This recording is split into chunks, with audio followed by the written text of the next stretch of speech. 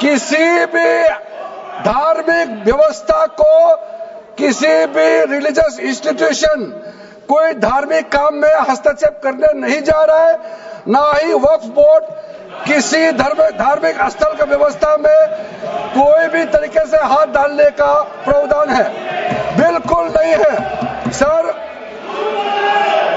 आप अगर हम कोई नमाज, सर ये क्या झूठ बोल रहे हैं? ये कॉन्स्टिट्यूशन, हम कॉन्स्टिट्यूशन का प्रावधान पढ़ रहे हैं, फिर भी झूठ बोल रहे हैं। ये कॉन्स्टिट्यूशन को नहीं मानते हैं। सर, किसी मस्जिद का मैनेजमेंट को हम हस्तक्षेप करने का कोई इसमें प्रावधान नहीं लिया जा रहा है। एक मिनट माननीय सदस्य, आप भारत की संसद में बैठे हो, गरिमा मर्यादा बनाए रखो, बैठे बैठे टिप्पणी मत करो।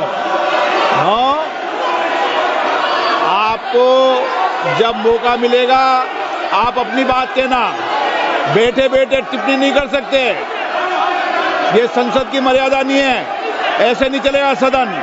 सदन व्यवस्था नियम से चलेगा। किसी भी व्यक्ति को बैठे बैठे कोई भी सदस्य जो बोल रहा हो उसके बीच में टिप्पणी करने का अधिकार नहीं है। माननीय मंत्री जी। अध्यक्ष महोदय जी, ये वक्फ बोर्ड का जो प्रावधान किसी मस्जिद, किसी मंदिर, किसी धार्मिक स्थल का व्यवस्था का कोई लेना देना नहीं है। ये सिंपली एक प्रॉपर्टी का मैनेजमेंट का विषय है। ये कोई मुसलमान अपना ज़कात देता है, फितरा देता है, उसको हम पूछने वाला कौन होते हैं? ये आपका धार्मिक भावना से जुड़े हुए चीज है, उसमें सरकार का कोई लेना देना नहीं है। लेकिन ये वक्फ प्रॉपर्टी का मामला है, लेकिन वक्फ प्रॉपर्टी का मैनेजमेंट करता है, मुतवालिज करता है। ये आपको इतना बेसिक ये फर्क जो है अगर समझ में नहीं आते या जानबूझ करके आप नहीं समझना चाहते हैं तो मेरा पास इसका कोई इलाज नहीं है। अध्यक्ष महोदय जी, ये आपके माध्यम से मैं फिर से कहना चाहता हूं कि ये सर क्या ये ऐसा बहस नहीं होता है जी।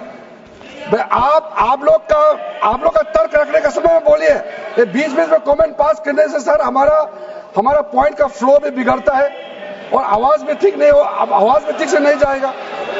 आप क्या चीज को जवाब देंगे?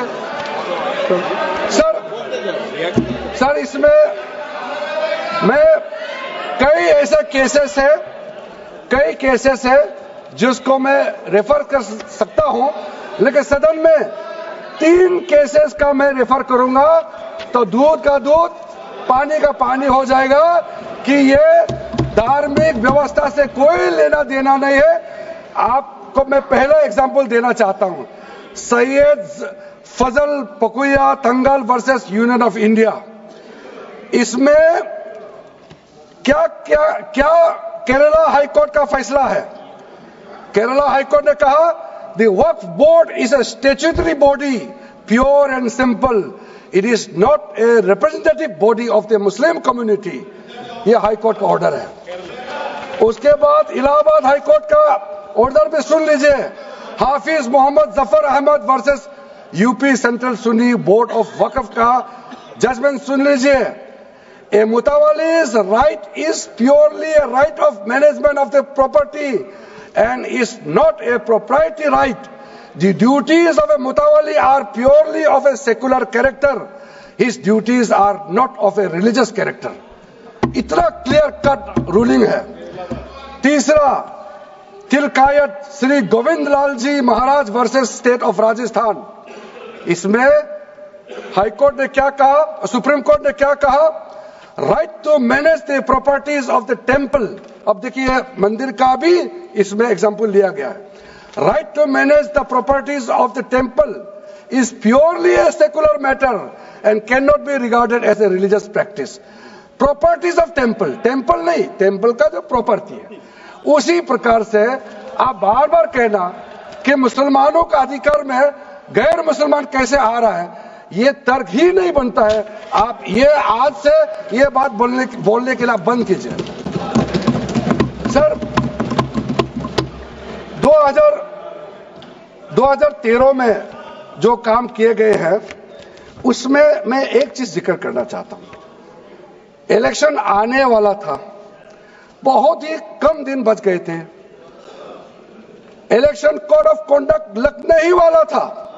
हम सबको मालूम है अप्रैल और मई में चुनाव हुआ था।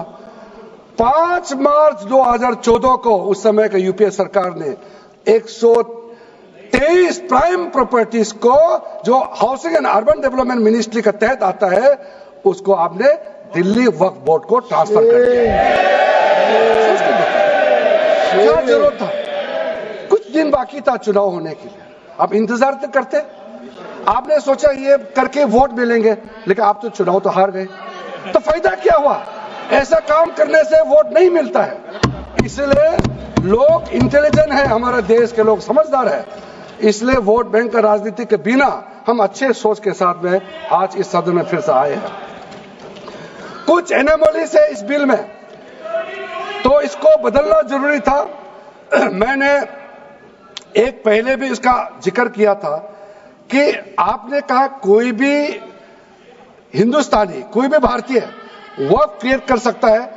वो 95 में ऐसा नहीं था, आपने 13 में बदलाव किया, उसको हमने फिर से 1995 का प्रावधान को फिर से रिवाइव करते हुए ये हमने जोड़ा है कि वक्फ वही क्रिएट कर सकता है जो मिनिमम 5 साल इस्लाम को प्रैक्टिस करता है।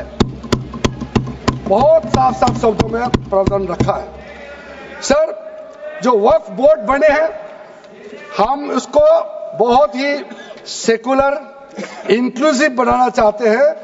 आपका पुराना प्रावधान को हटा करके अब हमने कहा है कि वक्फ बोर्ड में शिया भी रहेंगे, सुन्नी भी रहेंगे, बोहरास भी रहेंगे, आगा खानिस भी रहेंगे, मुसलमानों में जो बैकवर्ड है, पिछड़े लोग हैं, वो भी रहेंगे, और साथ साथ में महिला भी रहेंगे, और एक्सपर्ट नॉन मुस्लिम भी रहने का प्रावधान रखा गया है। सब स्वागत करना चाहिए, इसको किसी को आपत्ति होने का कोई जरूरत नहीं है। उसके बाद सर, मैं थोड़ा सा इसको विस्तार करके बताना चाहता हूं। मेरा ही खुद का एग्जाम्पल मैं देता हूं। मान लो मैं मुस्लिम नहीं हूं, लेकिन मैं माइनॉरिटी अफेयर्स मिनिस्टर हूं, तो मैं सेंट्रल वक्फ काउंसिल का चेयरमैन होता है। तो मेरे होने के बावजूद उसके बाद टोटल 4 नॉन मुस्लिम हो सकता है वक्फ काउंसिल में मेंबर, और उसमें मैक्सिमम 4 नॉन मुस्लिम के साथ साथ में 2 महिला कंपलसरी है। 2 महिला होना ही चाहिए सर। उसके बाद सर, स्टेट अभी आप पूरा वक्फ बोर्ड देख लीजिए, महिला कहाँ है? महिला को भी रखा ही नहीं है, वो सिर्फ बातें करते हैं। सर 22 सर, मैं स्पेसिफिक बताना चाहता हूं। सेंट्रल वक्फ काउंसिल में टोटल 22 मेंबर्स में 4 नॉन मुस्लिम से ज्यादा मेंबर नहीं हो सकते हैं। एक्स ऑफिशियो के पद को मिला करके 3 मेंबर ऑफ पार्लियामेंट होगा। मेंबर ऑफ पार्लियामेंट तो किसी धर्म का हो सकता है। जब इलेक्शन करते हैं तो कोई भी धर्म का मेंबर ऑफ पार्लियामेंट या एमएलए बन सकते हैं।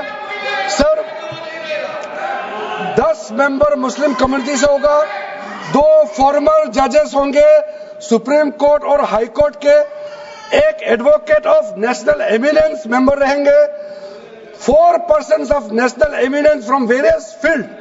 ये तो कई कमिटियों ने इसको सिफारिश किया है, और एडिशनल सेक्रेटरी या joint secretary to the government of India उसमें रहेंगे। आउट ऑफ 10 मुस्लिम मेंबर्स 2 महिला अनिवार्य है, ये हमने प्रावधान रखा है। और स्टेट बोर्ड में आउट ऑफ 11 मेंबर्स 3 से ज्यादा नॉन मुस्लिम नहीं हो सकता है। एक्स ऑफिशियो को मिलाकर के 1 chairperson, 1 MP, 1 MLA, 4 members from Muslim community, 2 members with professional experience, 1 member of Bar Council and Joint Secretary to the state government dealing with work matters. Out of 4 Muslim members, 2 shall be women. ये हमने रखा है ताकि हमारे बहनों को किसी तरीके से दरकिनार नहीं कर सके।